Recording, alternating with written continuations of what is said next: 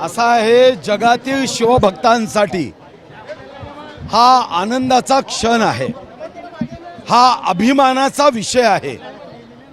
जेव्हा हिंदवी स्वराज्यावर वक्रदृष्टी ठेवून हिंदवी स्वराज्य संपवण्याचा विडा उचलत छत्रपती शिवाजी महाराजांना जिंदा या मुर्दा पकडूंगा असा संकल्प दृष्टबुद्धीने घेऊन अफझल खान आगा लक्षावधीची सेना घेऊन हिंदवी स्वराज्य मोडण्याचं स्वप्न पूर्ण करण्याची इच्छा घेऊन आला, तेव्हा अतिशय गनिमी कावा करत अफझल खानाचा कोथळा ज्या वाघनकाने काढला ते वाघनक हे व्हिक्टोरिया अँड अल्बर्ट म्युझियममध्ये सुरक्षित ठेवण्यात आले।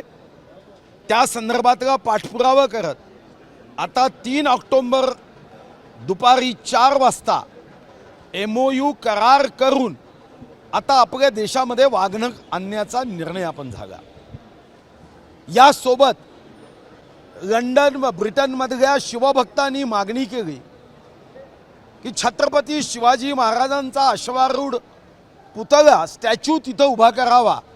त्या दृष्टीने सुद्धा भारतीय खासदार जे लंडनच्या पार्लमेंटमध्ये आहे त्यांच्याशी बैठक घेऊन आपण लंडनमध्ये छत्रपती शिवाजी महाराजांचा एक उत्तम स्टॅच्यू उभा करण्याचा निर्णय केला, ज्यामध्ये हिंदी, मराठी व इंग्लिश भाषेमध्ये लाईट अँड साऊंड कार्यक्रम आणि हात सुद्धा शिवभक्ताच्या वर्गणीतून करण्याचा निर्णय केला।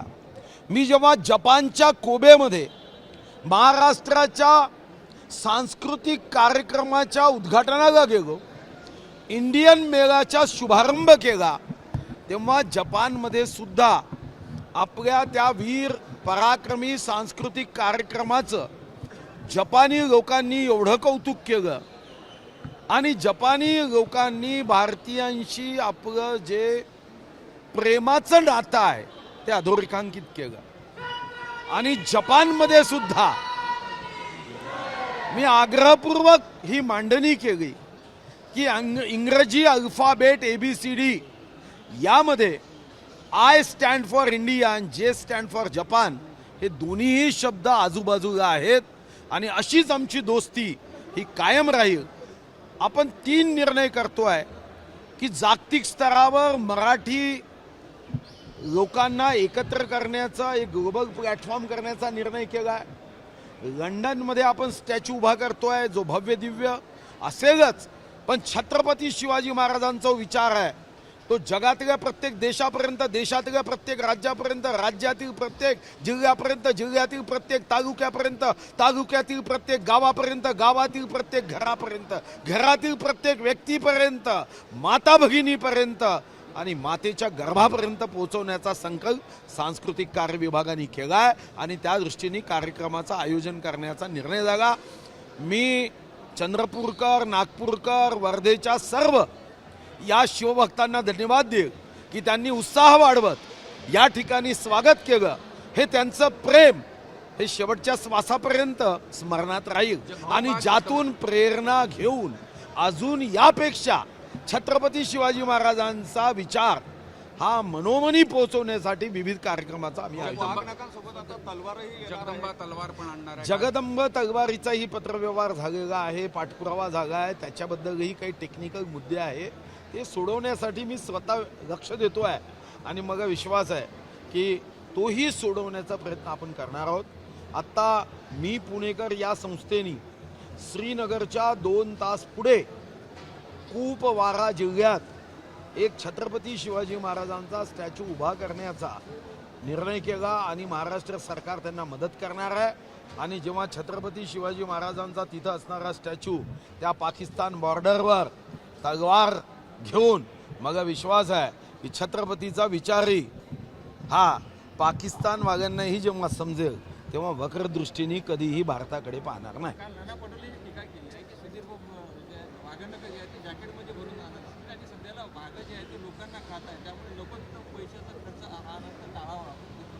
नाही, मग कोणी जरी सांगितलं की ते महाराष्ट्राचे पप्पू आहेत आणि म्हणून अशा पद्धतीच्या अतिशय निम्न नीच हे काँग्रेसचं राजकारण नेहमीच राहिलं आहे. काँग्रेसनी जेवढं देशाचं नुकसान केलं तेवढं नुकसान कोणत्याही राजकीय पक्षांनी केलं नाही. कुठेही गंभीरता नाही, कुठेही त्यांच्या भाषणामध्ये चांगले मुद्दे नाही की 50 वर्ष आम्ही ही कामं केली, या कामाच्या माध्यमातून आम्ही देशाच्या प्रगतीमध्ये योगदान दिलं हे सांगण्याची ताकद त्यांच्यात राहिलेली नाही. आणि म्हणून अतिशय नीच शब्दात बोलायचं, निम्न शब्दात बोलायचं, टवाळखोरीनी बोलायचं, छत्रपती शिवाजी महाराजांच्या वाघनकाचा अवमान होईल असं बोलायचं. आणि काँग्रेस ही आता या कारणाने पप्पूची पार्टी व्हायला लागली आहे.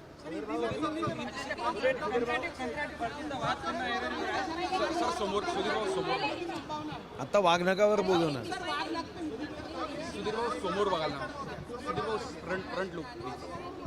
हमने लंदन में महाराष्ट्र सरकार की ओर से प्रतिनिधि मंडल जाकर अफजल खान के पेट को फाड़ने वाले वाघनक जो वहाँ पे विक्टोरिया एंड अल्बर्ट म्यूजियम में थे, जो लाने की कोशिश कई सरकारों ने की, कई नेताओं ने की, इस वर्ष राज्याभिषेक के 350वें वर्ष के समारोह में, इस उत्सव में, ये वीरता के उत्सव के उपलक्ष्य में वाघनक गाने का निर्णय हमारी सरकार ने किया.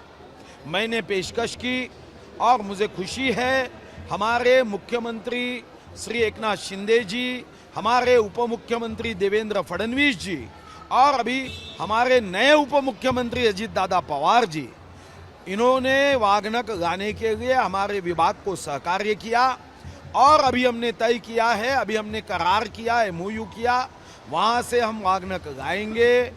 इस देश में छत्रपति शिवाजी महाराज का विचार जन जन के मन मन तक पहुँचाने का तो संकल्प है, मगर विश्व गौरव जननायक युग पुरुष नरेंद्र मोदी जी छत्रपति शिवाजी महाराज के विचारों से प्रभावित होकर इस देश में जन जन की सेवा करने का जो संकल्प ये विश्व गौरव हमारे युग पुरुष नरेंद्र मोदी जी ने किया है, हमने तय किया है कि छत्रपति शिवाजी महाराज ये विचारों से जनता की सेवा का संकल्प लेकर उनके इतिहास, उनकी वीरता को दुनिया तक पहुंचाने का हमने निर्णय किया है. लंदन के सांसद जो भारतीय थे कभी, अभी वहाँ पे सांसद है, उनसे भी मैंने बैठक की. हमने लंदन में भी छत्रपति शिवाजी महाराज का अश्वारूढ़ स्टैचू वहाँ पे खड़ा करते हुए हमारा लाइट एंड साउंड कार्यक्रम जो अंग्रेजी में होगा, हिंदी में होगा, मराठी में होगा, छत्रपति शिवाजी महाराज का विचार ये विश्व के हर शोषित व्यक्ति के हृदय में एक नई चेतना निर्माण कर सकता है. और छत्रपति शिवाजी महाराज के विचारों को दुनिया के हर देश तक, देश के हर राज्य तक, राज्य के हर जिले तक, जिले के हर तहसील तक, तहसील के हर गांव तक, गांव के हर परिवार तक, हर परिवार के हमारे सदस्यों तक, गर्भवती माता के गर्भ तक छत्रपति शिवाजी महाराज का विचार पहुंचाने के लिए सांस्कृतिक कार्य विभाग पूरी ताकत से काम करेगा, ये हमारा संकल्प है. मैं यहाँ के नागपुर के कार्यकर्ताओं को, वर्धा के शिव भक्तों को और चंद्रपुर के कार्यकर्ता शिव भक्तों को धन्यवाद दूंगा कि उन्होंने यहाँ स्वागत करते हुए हमारे उत्साह को बढ़ाने का काम किया है, शुभकामनाएं दी है, शुभेच्छाएं दी है. ये हमारी ऊर्जा है, शक्ति है, ताकत है. पाकिस्तान बॉर्डर पे शिवाजी महाराज का स्टैचू हमने जगदम्ब तलवार के लिए भी पाठ पुरावा शुरू किया है और मेरा विश्वास है कि गैरों से डरकर कभी नौका पार नहीं होती, कोशिश करने वाले की कभी हार नहीं होती. अभी हमने दूसरा एक बड़ा निर्णय किया है. मी पुणेकर ये संस्था ने छत्रपति शिवाजी महाराज का स्टैचू ये कुपवाड़ा पाकिस्तान के सीमा पे लगाने का निर्णय किया था. उनके साथ मिलकर महाराष्ट्र सरकार भी आने वाले 2 महीने में वहाँ पे एक भव्य दिव्य छत्रपति शिवाजी महाराज का स्टैचू खड़ा कर रहे हैं, जो पाकिस्तान की और हमारे छत्रपति की तलवार होगी, जो तलवार पाकिस्तानी आतंकवादी राष्ट्रवादियों को भी ये बताएगी कि ये छत्रपति शिवाजी महाराज का महाराष्ट्र है, छत्रपति शिवाजी महाराज का भारत है। अगर आप वक्र दृष्टि से देखोगे तो दिलवर के लिए दिलदार है हम, दुश्मन के लिए तलवार है हम। भारत माता की टोल वाद सुरू आहे, कितपत शक्य आहे टोल नाके? नाही, टोल नाक्यावरून मागच्या सरकारमध्ये आश्वासन पूर्तता झाली, लाईट मोटर व्हेकलला आपण टोल नाक्यावरून मुक्ती दिली आहे। ज्या टोल नाक्याचा वाद आहे ते राज्य सरकारचे नाहीत आणि म्हणून मला असं वाटतं की पहिल्यांदा भूमिका समजून घेतली पाहिजे। सत्तेच्या खुर्चीसाठी कोणतेही विषय जे विषय नाहीत त्या विषयाच्या पायरीवर चढून सत्तेचा मार्ग सोपा करण्याच्या या प्रयत्नात सामान्य लोकांना राजकीय नेत्यांविषयी चीड निर्माण होते। कोणताही मार्ग सत्तेपर्यंत पोहोचण्याचा हा समाजकारण, लोकजागरण, संवाद असा असला पाहिजे। आपल्याला बैठक घेऊन हे विषय समजून घेता येतात। आपण स्वतः जेव्हा फिरता तेव्हा एक गोष्ट लक्षात घ्या, राज्य सरकारच्या टोलवर आत्ताही लाईट मोटर व्हेकलचा टोल घेतला जात नाही। काही टोल ज्याच्यामध्ये हायकोर्टातून स्थगिती होती तिथं काही प्रश्न उपस्थित झाले होते, पण तेही माननीय देवेंद्रजीच्या नेतृत्वात नंतर सोडवण्यात आले आहे। भाऊ खेलो इंडिया अंतर्गत गुजरातला मोठ्या प्रमाणात निधी देण्यात आला, परंतु मेडल गुजरातला मिळालेले नाही। त्याच्यामध्ये खेलो इंडिया अंतर्गत मोठ्या प्रमाणात गुजरातला निधी देण्यात आलेला होता, मात्र गुजरातला पाहिजे त्या तुलनेमध्ये मेडल मिळवता आले नाही।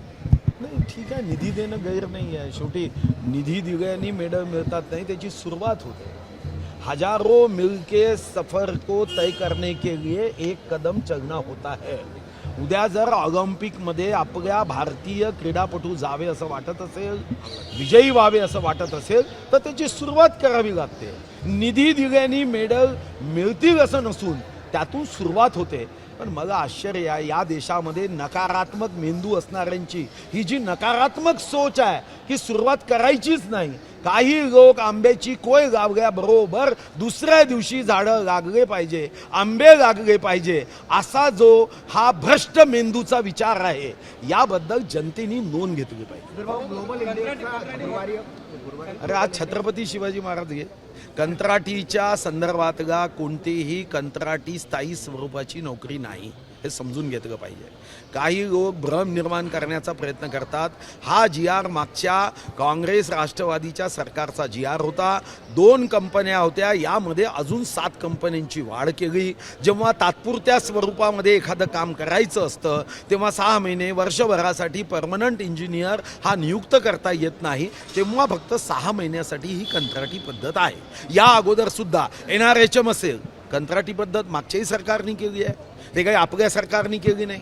आपण जेव्हा ग्रामसेवक 3 वर्षासाठी ठेवतो, शिक्षक सेवक ठेवतो, हे सर्व कंत्राटी पद्धतीने ठेवले जातात। नंतर परमनंट करण्याच्या काही नियम आहेत। कंत्राटी पद्धतीचा जी.आर. म्हणजे काही लोकांनी असा भ्रम निर्माण केला, कधी कधी यांच्या ज्ञानावर प्रश्नचिन्ह निर्माण केलं पाहिजे असे हे लोक आहेत। हे स्वतः जी.आर. वाचत नाही, यांना जी.आर. किती पानाचा हेही माहीत नाही, पण अफवा पसरवण्यामध्ये, धचा मा करण्यामध्ये यांचा हात यांच्या कुटुंबातले सदस्यही पकडू शकत नाही। एवढं खोटं नाटं, खोटं बोल पण रेटून बोल, परसेप्शन तयार करायचं आणि रियालिटीचा खून करायचा, हे धंदे यांनी सुरू केले आहे। आता यातून जनतेने सावध राहिलं पाहिजे। आपल्या देशाची प्रगती काही लोकांना रुचत नाही आणि आपल्या देशामध्ये जे सरकार विकासाचं काम करतं, जग कौतुक करताय, पण दुर्दैवाने आमच्याच देशातल्या काही नतद्रष्ट लोकांना हे आवडत नाही। यांना वाटतं की देश असाच गरीब राहिला पाहिजे। या देशामध्ये लोकांनी यांच्या कुटुंबाचा जय जयकार केला पाहिजे। India is Indira, Indira is India, या बाहेर या देशाची जनता जाऊ नये, हा जो नतद्रष्ट विचार आहे, या नतद्रष्ट विचाराला लोकांनी जमिनीत गाडण्याची आवश्यकता आहे। एबीपी माझा, उघडा डोळे बघा नीट।